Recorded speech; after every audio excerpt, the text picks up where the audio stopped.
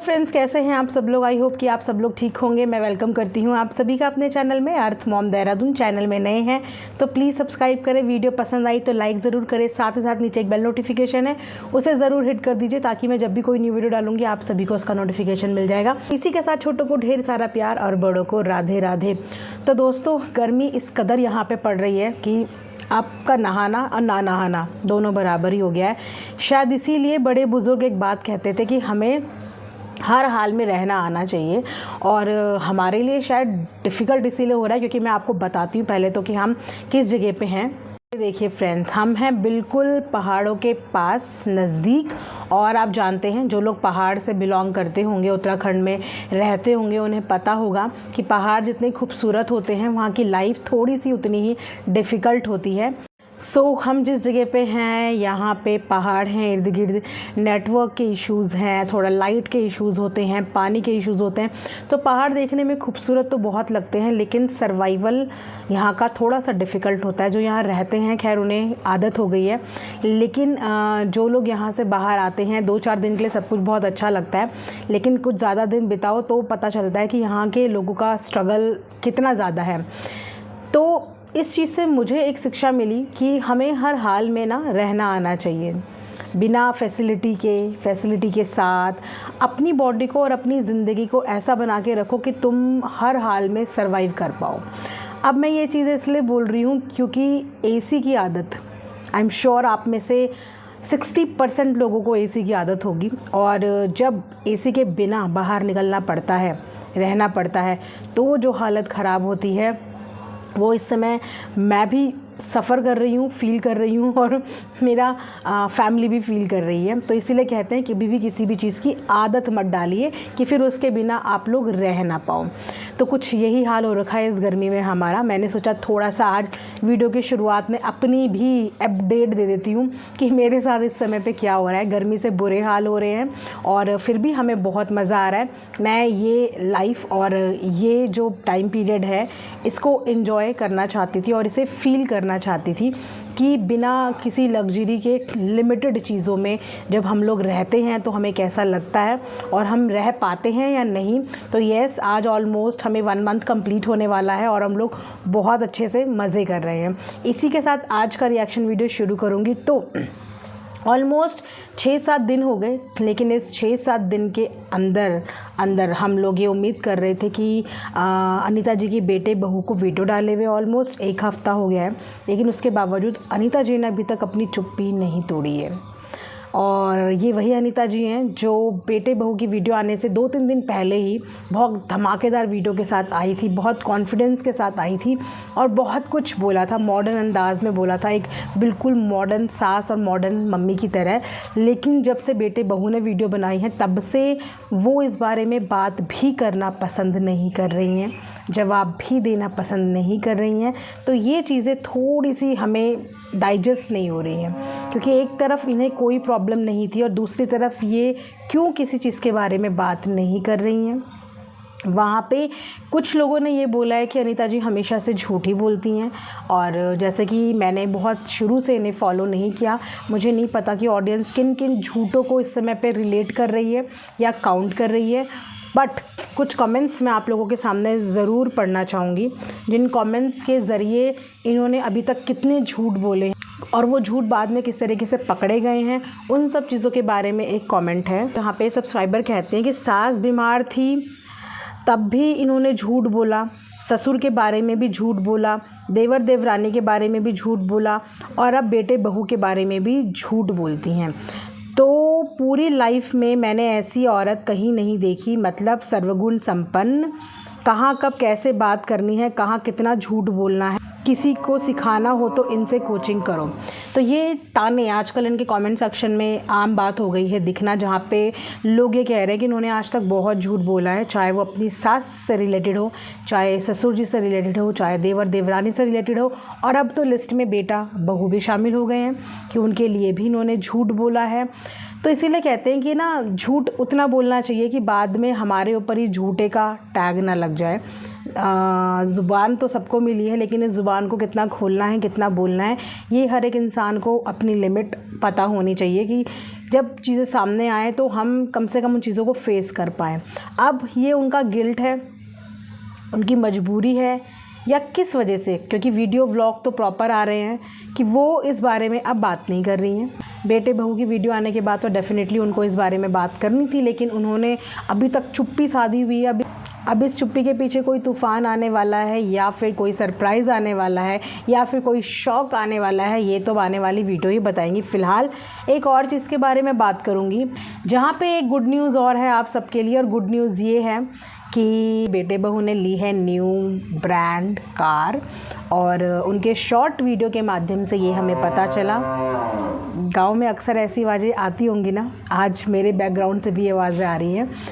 तो red colour की एक कार ली है, जिसकी पूजा वाला शॉर्ट वीडियो के माध्यम से हमें पता चला है। तो अगर आपने वो शॉर्ट नहीं देखा तो देखना। उसमें ललित ने और रवीना ने एक कार ली है, जिस कार की वो लोग पंडित जी से पूजा करा रहे हैं, और उनको उनके कमेंट सेक्शन में बहुत सारी बधाइयाँ मिल रही हैं। और तो और अनीता जी के चैनल के नीचे भी लोग बता रहे हैं कि आपके बेटे बहू ने कार ले ली है।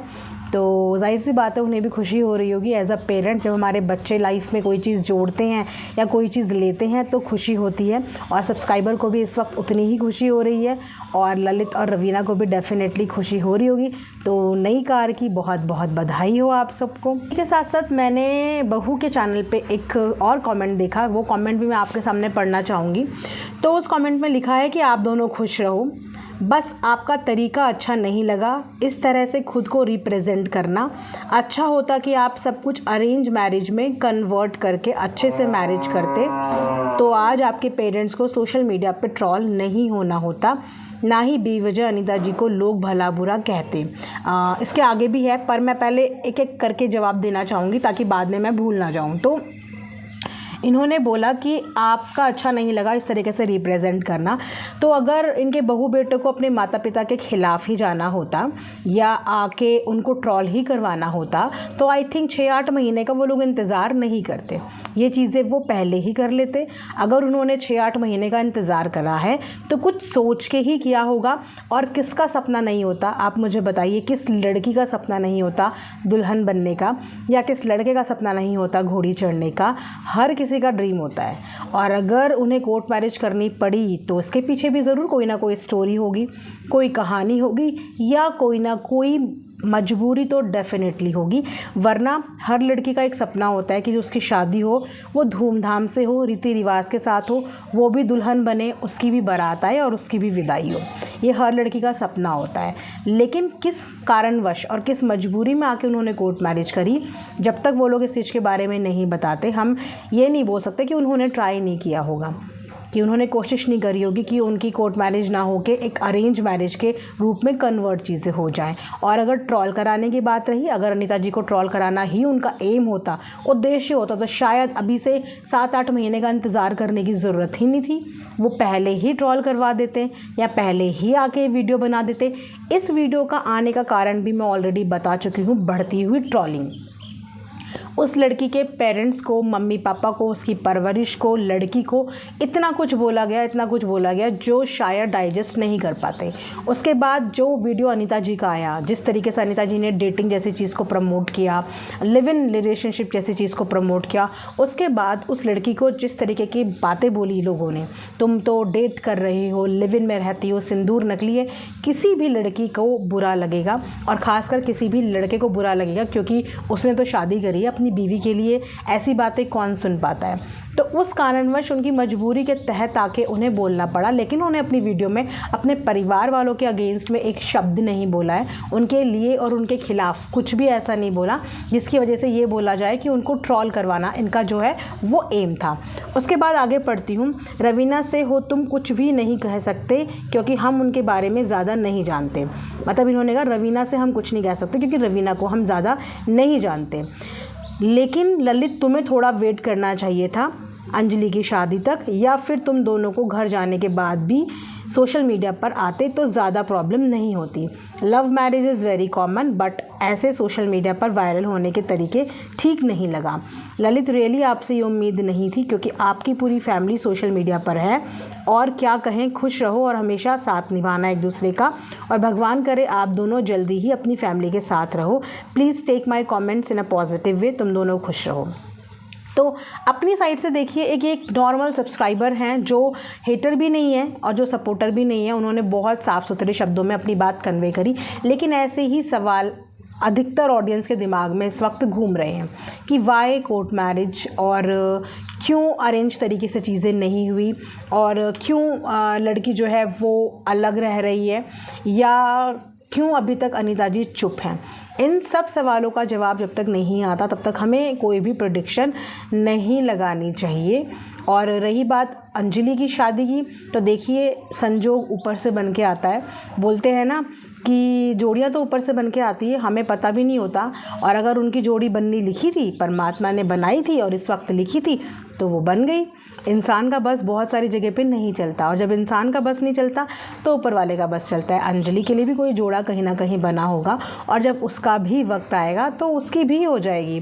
इसमें कोई इतनी बड़ी हौ वाली बात नहीं है। आजकल ये भी नॉर्मल है। अगर आजकल लव मैरिजेस आर कॉमन, तो आजकल ये भी कॉमन है कि हो जाता है। बड़े बेटे की या छोटे बेटे की पहले हो जाती है, बेटी होती है बेटों की पहले हो जाती है, ऐसा भी कॉमन है। अपनी अपनी इच्छा अनुसार। आजकल का वो ज़माना ही नहीं रह गया कि इस चीज़ से जज करे कि हाय इस घर के बड़े बेटे की शादी होगी तो पीछे की लोगों की जो है वो मुश्किल हो जाएगी, अगर बड़े की नहीं हुई तो पीछे की मुश्किल हो जाएगी। अब ये वो वाला ज़माना नहीं रह गया। और आप खुद ही कह रहे हो कि ये एक जाना माना सोशल इन्फ्लुएंसर है, जाना माना सोशल मीडिया का चेहरा है, तो डेफिनेटली कोई भी प्रॉब्लम नहीं होगी आगे आने वाले इनके भाई बहनों की शादी में। और रही बात की वायरल होना, क्या वाकई में ललित और रवीना वायरल होना चाहते थे, या वायरल होने के लिए उन्हें ये सब करना था? वायरल तो वो वैसे भी हो जाते, अगर वो अपनी मम्मी की वीडियो में आ जाते तो वो वायरल तब भी हो जाते। और अगर वायरल होना उनका मोटिव होता तो 7-8 महीने का इंतज़ार नहीं करते, और इनफैक्ट अभी भी इंतज़ार नहीं करते। जिस दिन उन्होंने अपना फर्स्ट वीडियो डाला है, तकरीबन 78K के अराउंड उसमें व्यूज़ आए हैं, उस दिन से कंटिन्यूस वीडियो डालते।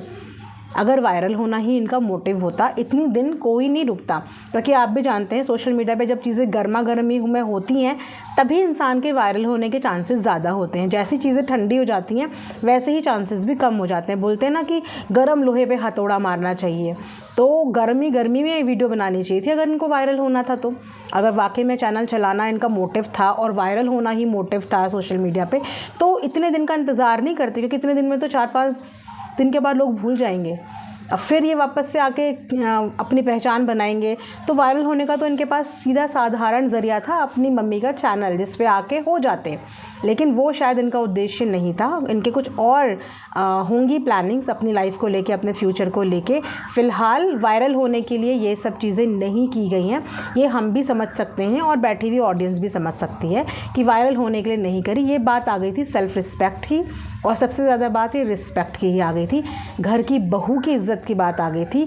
एक लड़के की ज़िम्मेदारी थी, क्योंकि उसने उस लड़की को अपना बनाया, उससे शादी करी, तो एक लड़की की ज़िम्मेदारी भी उसी का फ़र्ज़ बनता है। क्योंकि रवीना के पेरेंट्स नहीं हैं सोशल मीडिया पे, ललित के पेरेंट्स सोशल मीडिया पे हैं, तो ये ललित की ज़िम्मेदारी बनती थी कि सोशल मीडिया की वजह से अगर रवीना को इतनी ऊटपटांग चीज़ें बोल रहे हैं तो उससे आकर अपने रिलेशनशिप को ऑफिशियली अनाउंस करना था। और उन्होंने अपनी वो ज़िम्मेदारी बखूबी निभाई, एक पति होने की ज़िम्मेदारी निभाई। लेकिन ऐसा नहीं है कि वो अपना बेटे होने की ज़िम्मेदारी भूल गए हैं। अब तक उनकी मम्मी जिस स्टेज पे है, उनकी उस मेहनत में जितना कंट्रीब्यूशन उनका है उतना ही उनके तीनों बच्चों का है, तीनों बच्चों का।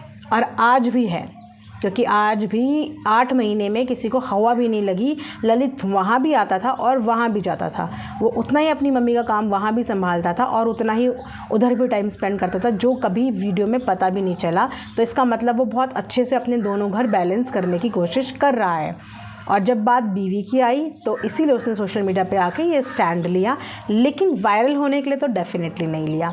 आप लोग भी कमेंट सेक्शन में बताना आप लोगों को क्या लगता है। क्या ये जो रवीना और ललित ने वीडियो डाला था वो वायरल होने के लिए डाला था? क्या आप भी ऐसी सोच रखते हैं? और अनीता जी के चुप रहने के पीछे क्या कारण हो सकता है? आपकी प्रेडिक्शन क्या कहती है कि वो क्यों चुप है? कोई शॉक देने वाली हैं या कोई ब्यूटीफुल सा सरप्राइज़ देने वाली हैं? कमेंट सेक्शन में अपना अपना राय ज़रूर बताना। मिलेंगे नेक्स्ट वीडियो में, तब तक अपना ध्यान रखिए। Thanks for watching earth mom Dehradun.